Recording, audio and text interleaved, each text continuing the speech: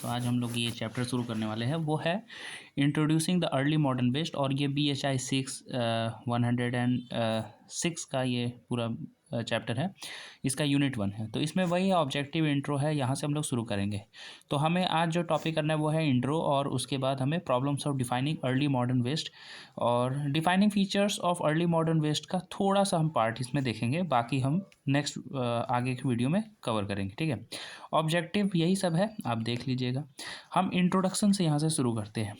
तो हमने यहाँ पे देखा कि ये जो टर्म अर्ली मॉडर्न है ये इम्पॉर्टेंट हो गया था हिस्टोरियोग्राफी में। ये बहुत ही इम्पॉर्टेंट हुआ ये टर्म अर्ली मॉडर्न 1970s के ईरा में हुआ, ठीक है। कुछ वर्क्स है आपको फेमस हिस्टोरियंस के, ठीक है, जैसे कि पीटर बर्क है, उनके वर्क है, जैसे कि एक दो वर्क हैं इनके। जैसे एक है popular culture in early modern Europe जो 1972 में आया था, और एक इकॉनमी और सोसाइटी है इन अर्ली मॉडर्न यूरोप 1978 में। इसी के साथ ये नेटेले जेमोन डेविस है, इनका एक बुक है, वो है society and culture in early modern France. इन तीनों बुक से हमें यही दिख रहा है कि कैसे इस टर्म अर्ली मॉडर्न का एक वाइड स्प्रेड यूज़ देखने को मिला है, ठीक है। बाकी ये अर्ली मॉडर्न एक ऐसा पीरियड है जो कि आपको मिडाइवल और मॉडर्न पीरियड ऑफ हिस्ट्री के बीच का एक पीरियड है, और in the context of European history. मतलब किस दरमियान हम लोग बात कर रहे हैं, मतलब किस तहत हम लोग बात करें, तो वो है यूरोपियन हिस्ट्री के कॉन्टेक्स्ट में हम लोग देख रहे हैं कि ये मिडाइवल और मॉडर्न फेज ऑफ हिस्ट्री के बीच का एक पीरियड है, ठीक है। बाकी हम लोग यहाँ पे रेनेसा, रिफॉर्मेशन और मॉडर्निटी जैसे चीज़ों को हम लोग देखेंगे। रेनेसा में इस समय में रेनेसा था कि नहीं, तो बहुत सारे स्कॉलर्स जो है इसके यूज़ को, इस टर्म रेनेसा जो टर्म है उसके यूज़ को उनने ऑब्जेक्ट किया है, मतलब उसको उनने कॉन्ट्राडिक्ट किया है, ठीक है। लेकिन वो बोलते हैं क्यों उन्हें ऐसा ऑब्जेक्ट किया, उनको क्यों उनके खिलाफ गए हैं, क्योंकि रेनेसा को वो मानते हैं कि इसके पास बहुत ज़्यादा एलिटिस्ट और लिटरेरी आर्टिस्टिक कॉनोटेशंस है, और इसको शायद ही यूज किया गया होगा मेन यूरोपियन कंट्रीज़ जैसे इंग्लैंड, जर्मनी और फ्रांस जैसे कंट्रीज़ में इसको शायद ही यूज किया गया होगा, ठीक है। बाकी रिफॉर्मेशन के बारे में देखें हमने। रिफॉर्मेशन एक ट्रूली एक यूरोपियन फेनोमेना है। बाकी एक रिलीजियस रिफॉर्म मूवमेंट है। ये रिफॉर्मेशन रिफॉर्म मूवमेंट है लेकिन रिलीजियस इन नेचर है, ठीक है। और ये रिफॉर्मेशन जो था ना, वो लार्ज एरियाज इन यूरोप, मतलब यूरोप की बहुत बड़े जोग्राफी को ये कवर कर रहा है, स्प्रेड था, यहाँ पे फैला हुआ था। मॉडर्निटी इन यूरोप के बारे में हमने यहाँ पे देखेंगे। हिस्टोरियंस जो है, ये जनरली हिस्टोरियन के द्वारा देखा जाता है कि मॉडर्निटी एक लॉन्ग पीरियड ऑफ चेंज है, ठीक है। और ये जो लॉन्ग पीरियड ऑफ चेंज है ये मिडिल एज और जो राइज ऑफ मॉडर्न वेस्ट है उन दोनों के बीच का है। यानी कि ये जो मॉडर्निटी था, ये पूरा प्रोसेस ऑफ मॉडर्निटी एक बहुत लंबा पीरियड तक चला है, और ये लॉन्ग पीरियड ऑफ चेंज जो है वो मिडाइवल एजेस यानी मिडिल एज से लेके जो राइज ऑफ मॉडर्न वेस्ट जब हुआ उन दोनों के बीच के फेज के है। और इसमें किस किस प्रकार का चेंज हुआ, तो सबसे पहले आप इसमें देखिएगा तो इसमें एक ट्रांजिशन आपको दिखेगा, वो है फ्यूडलिज्म से कैपिटलिज्म की तरफ। मिडिल एज में फ्यूडलिज्म, और जब मॉडर्न एज आएगा तो फिर कैपिटलिज्म हो रहा है। पहले हैंडीक्राफ्ट चलता था, अब इस समय मैकेनाइज्ड इंडस्ट्रियल प्रोडक्शन हो रहा है, ठीक है। उसके बाद आप देखिएगा कि इस समय एनिमेट फॉर्म ऑफ एनर्जी जो पहले होता था, अब इस समय फॉसिल फ्यूल्स हो रहा है, और उसको इन एनिमेट बोलेंगे, और ये सोर्स ऑफ एनर्जी बन गया है। रिलीजियस यूनिफॉर्मिटी से अब सेकुलरिज्म का कॉन्सेप्ट आ रहा है। पहले एक ही रिलीजन को ज़्यादा फोकस किया जा रहा था, जैसे क्रिश्चियनिटी हो गया, अब सेकुलरिज्म आ रहा है। फ्रीडम ऑफ वर्शिप को इंपॉर्टेंस दिया जा रहा है, ठीक है। और मतलब वर्शिप करने का अधिकार, सबको आज़ादी है कि किसी का वर्शिप आप कर सकते हो। पहले डार्क एज होता था, अब साइंटिफिक रैशनल एज आ रहा है। अब लोग थोड़ा प्रैक्टिकल हो गए हैं। पहले जो पॉलिटिक्स होती थी वो डिसेंट्रलाइज थी, अब यहाँ पे सेंट्रलाइज एम्पायर बन रहे हैं, नेशन स्टेट्स बन रहा है, ठीक है। पहले जो पॉलिटिक्स चलता था वो इलाइट डोमिनेटेड था, मतलब कि अमीर लोगों का उस पर राज होता था, ठीक है, या जो काफ़ी परिचित लोग थे उन्हीं का अधिकार था, या रिस्ट्रिक्टेड पॉलिटिक्स था। अब वहाँ पे नेचुरल राइट्स का कॉन्सेप्ट आ रहा है, फ्रीडम का कॉन्सेप्ट आ रहा है, ठीक है। उसके अलावा आप यहाँ पे देखिएगा तो इक्वलिटी का कॉन्सेप्ट आ रहा है, ठीक है। और उसके अलावा पॉपुलर पॉलिटिक्स का कॉन्सेप्ट आ रहा है ना। और क्रिएशन ऑफ पब्लिक स्पेस का यहाँ पे क्रिएशन भी हो रहा है, ठीक है।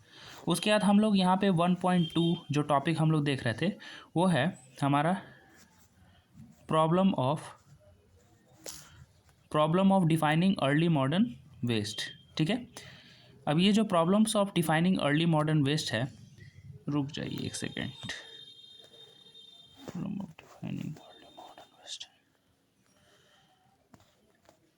कहाँ गया पेन?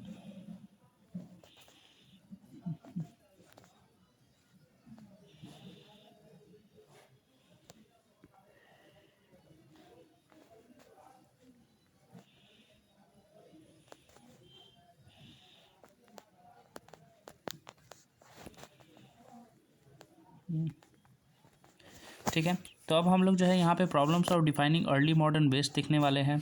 तो यहाँ पे जो है हमें यहाँ पे बात करना है द टर्म अर्ली मॉडर्न के बारे में। ठीक है, तो हम लोग यहाँ पे देख रहे हैं कि जो अर्ली मॉडर्न है इसमें दो तरह के कॉन्सेप्ट के बारे में पढ़ेंगे कि क्यों अर्ली मॉडर्न वेस्ट को डिफाइन करने में हमें किस किस प्रकार के प्रॉब्लम्स आ रहे हैं। ठीक है, तो अर्ली मॉडर्न वेस्ट को डिफाइन करने में पहला प्रॉब्लम है प्रॉब्लम जो पीरियोडाइजेशन से रिलेटेड है, और दूसरा स्पेशियल या जोग्राफिकल डायमेंशन पे आधारित है। तो यहाँ पे जो टर्म अर्ली मॉडर्न है वो प्रॉब्लम ऑफ पीरियोडाइजेशन से भी जुड़ा हुआ है। जैसे यहाँ पे पीरियड जो है ना, आपको पता है कि कोई भी टाइम पीरियड होते हैं या उसको अलग अलग तरीके से हम लोग क्या करते हैं, डिवाइड करते हैं। जैसे कि एक तरीका हो गया कि किसी भी फैमिली का एक रैंक है या मोनार्क का रैंक हो गया। ठीक है, जैसे हम लोग इंडिया के केस में बोलते हैं मुगल इंडिया। क्यों बोलते हैं? क्योंकि उस टाइम मुगल्स का पूरा रूल था, मुगल डायनेस्टी का रूल था, है ना, इसीलिए।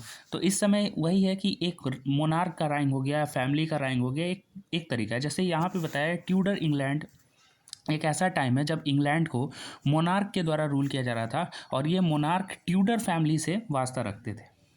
ठीक है, हिस्टोरियन जो है वो एक पर्टिकुलर क्रोनोलॉजिकल पीरियड के बारे में बात करते हैं, और उस पर्टिकुलर क्रोनोलॉजिकल पीरियड को एक नैरेटिव टूल की तरह ले जाते हैं ताकि इस पूरे स्पेसिफिक पीरियड को जनरलाइज किया जाए। ठीक है, जैसे कि वो 1660s के बारे में बात करेंगे और उस पूरे टाइम पीरियड को जनरलाइज करने की कोशिश करेंगे, और वो उनके लिए क्रोनोलॉजिकल पीरियड हो जाएगा, है ना। तो 1660s ये पूरे डिकेड ऑफ 1660s हो गया। ठीक है, उसके बाद हम लोग पीरियोडाइजेशन के बारे में और थोड़ा समझते हैं। हम लोग यहाँ पे देख रहे थे कि पीरियोडाइजेशन का एक की फीचर है। ठीक है, अभी हम यहाँ पे है। ठीक है, तो पीरियोडाइजेशन का जो की फीचर है वो ये है कि हर एक हिस्टोरिकल फेज के पास कुछ एलिमेंट्री फीचर्स होते हैं। ठीक है, और ये एलिमेंट्री फीचर्स जो होते हैं वो उसके सोसाइटी के होंगे, उसके कल्चर के होंगे, उसके पॉलिटिक्स के होंगे, उस समय उस कुछ आइडियाज़ चल रहे होंगे, उससे रिलेटेड होंगे, है ना। तो ये जितने भी एलिमेंट्री फीचर्स हैं, और वो ये सभी फीचर्स जो सोसाइटी, पॉलिटिक्स, कल्चर और आइडिया से जुड़े हुए हैं, ये उस पूरे टाइम लाइन को एक यूनिटी दे रहे हैं और उसको अर्लियर फेज से या लेटर टाइम से अलग करते हैं। हमने ये भी देखा। फिर हम थोड़ा आगे आए। ठीक है, तो आगे जो है हम लोग इसमें देखेंगे। ठीक है, यहाँ पे हम लोग देखने वाले हैं वो है the beginning of the early modern and thus the end of the medieval period, also the middle ages has been associated by historian with a set of term. तो हम लोग यहाँ पे देखेंगे कि इस समय अर्ली मॉडर्न का बिगनिंग आप बता लीजिए या मिडाइवल पीरियड का एंडिंग देख लीजिए। इन दोनों को एक ही तरह का बात है, मिडाइवल पीरियड का एंड हो रहा है या अर्ली मॉडर्न का बिगनिंग हो रहा है। ठीक है, इसको हिस्टोरियंस के द्वारा कैसे मार्क किया जाता है? कुछ सेट ऑफ टर्म्स है, वो सेट ऑफ मतलब कि टर्म्स है, उसका प्रयोग करके ही वो क्या करते हैं कि पता करते हैं कि इस समय अर्ली मॉडर्न का शुरुआत हो गया था या मिडाइवल पीरियड का एंड हो गया था। अब जैसे इंग्लिश में एक पहला बुक है। ठीक है, जैसे उसमें पहला सेट ऑफ टर्म है वो है कि the first book in English to have modern in its title was of Leonard Digges, ऐसा है। तो इंग्लिश में एक पहला बुक है जिसके टाइटल में मॉडर्न जुड़ा हुआ था, वो है लियोनार्ड डिक्स का।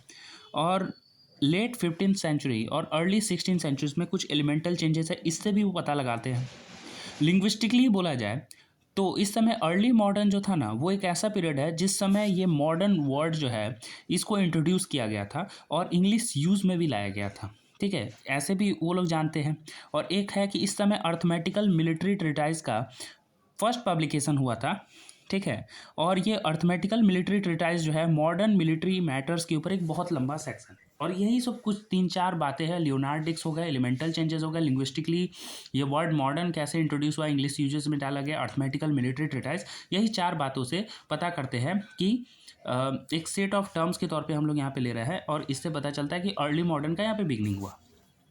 ठीक है, उसके बाद हम लोग और भी देखेंगे। जो सेकेंड है आपको वो है कि अब वहाँ पे अनदर कंसेप्चुअल डिफिकल्टी हमने पहले ही बोला, वो है स्पेस या जोग्राफिकल डायमेंशन से जुड़ा हुआ है। ठीक है। तो एग्जैक्टली हम लोग अगर मान लेते हैं, आपको बोला जाए तो वेस्ट के बाउंड्रीज को डिफाइन करना है या ड्रॉ करना है, तो आप कैसे पता करेंगे कौन ईस्ट है और कौन वेस्ट है? ये तो हमें पता ही नहीं है। ठीक है, चलिए वो तो अलग बात है, ईस्ट कौन है और वेस्ट अलग है, लेकिन वेस्ट भी कहाँ ड्रॉ करना है हमें पता नहीं है। तो वही यहाँ पे बता रहा है, it is difficult to know exactly कि where to draw the boundaries of the west. West के बाउंड्रीज को कहाँ ड्रॉ करें हमें नहीं पता है, ये बहुत डिफिकल्ट है। ऐसे में फिर यहाँ पे हम लोग थोड़ा नेचुरल बाउंड्रीज का भी सहारा लेते हैं, जैसे ओशियन, सीज, माउंटेन्स और रिवर्स जो है वो हमारे नेचुरल जोग्राफिकल बाउंड्रीज को डिफाइन करते हैं।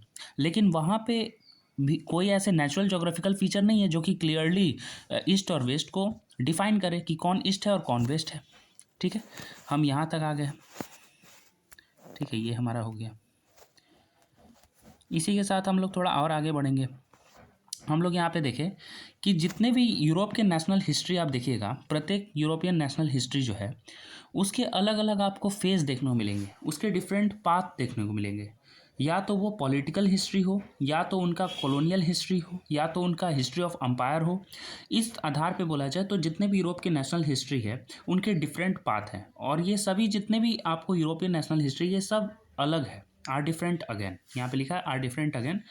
ठीक है, फिर हम लोग यहाँ पे बात कर रहे थे कि वेस्ट की जो हिस्ट्री है वो कोई एक सिंगल कंट्री का हिस्ट्री नहीं है, वो डिफरेंट कंट्रीज़ का हिस्ट्री है। बहुत सारे अलग अलग कंट्रीज जुड़ के बना है, उन सब का इतिहास है। वो फ्रांस है, जर्मनी है, पोलैंड है, बेल्जियम है, ऐसे बहुत सारी कंट्रीज़ है, डेनमार्क है, इंग्लैंड है, और भी बहुत सारे तमाम कंट्री, स्पेन, पुर्तगाल जो भी है, उन सब का हिस्ट्री है। बहुत सारी कंट्रीज़ है। ठीक है, इसमें फिर वही बोल रहा है कि एक कोहेरेंट हिस्ट्री, यानी कि यूरोप का कोई कोहेरेंट हिस्ट्री आपको नहीं मिलेगा। कोहेरेंट मतलब स्पष्ट हिस्ट्री नहीं है, वहाँ पे बहुत सारी इसमें डिविजन्स भी दिखेंगे, डिसकंटिन्यूटीज भी दिखेगा। यहाँ पे बोला है कि वेस्ट को ना हम लोग रेस्ट ऑफ वर्ल्ड से कभी भी अलग नहीं कर सकते जब भी हम लोग ग्लोबल हिस्ट्री के बारे में बात करते हैं। ठीक है, क्यों? क्योंकि आप ये जो यूरोप का जो ओवरसीज कॉलोनिज्म चल रहा था from the 16th century to the late 19th century has been the formative of the history of West. क्योंकि ये जो यूरोपियन कॉलोनिज्म चला है 16th सेंचुरी से लेकर लेट 19th सेंचुरी तक, ये हमारे वेस्ट के हिस्ट्री का फॉर्मेटिव रहा है। ठीक है, has been the formative of the history of West, क्योंकि यही वेस्ट का हिस्ट्री बनाता है, यूरोपियन कॉलोनिज्म। चलिए इसके आगे हम लोग यहाँ पे आगे बढ़ते हैं, और वो है हमारा टॉपिक।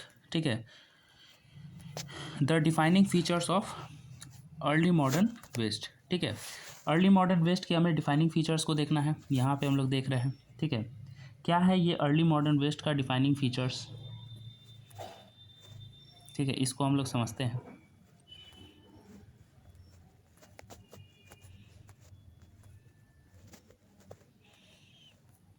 ठीक है, तो अर्ली मॉडर्न वेस्ट के डिफाइनिंग फीचर्स, ये भी क्वेश्चंस एग्जाम में आते हैं। ठीक है, आप देखिएगा यहाँ पे हमने 3 फील्ड के बारे में बात किया है, 3 तरह की बातें हैं। जैसे एक तो आइडियाज़ के फील्ड में क्या क्या फीचर्स है वो देखेंगे, दूसरा इकॉनमी के फील्ड में है, रिलीजन के फील्ड में एक और है, वो है आपको एक्सप्लोरेशंस या वॉयजेस के आधार पे। तो इसमें हम लोग देखें कि इस समय आइडियाज़ के फील्ड में क्या हो रहा है ना, कि जितने भी आपको एंशिएंट स्कॉलर्स थे, एंशिएंट ग्रीक के या जो रोम के स्कॉलर्स थे, उनके राइटिंग्स में फिर से इंटरेस्ट जाग रहा है, या इंटरेस्ट का रिवाइवल हो रहा है, रिन्यू हो रहा है इंटरेस्ट।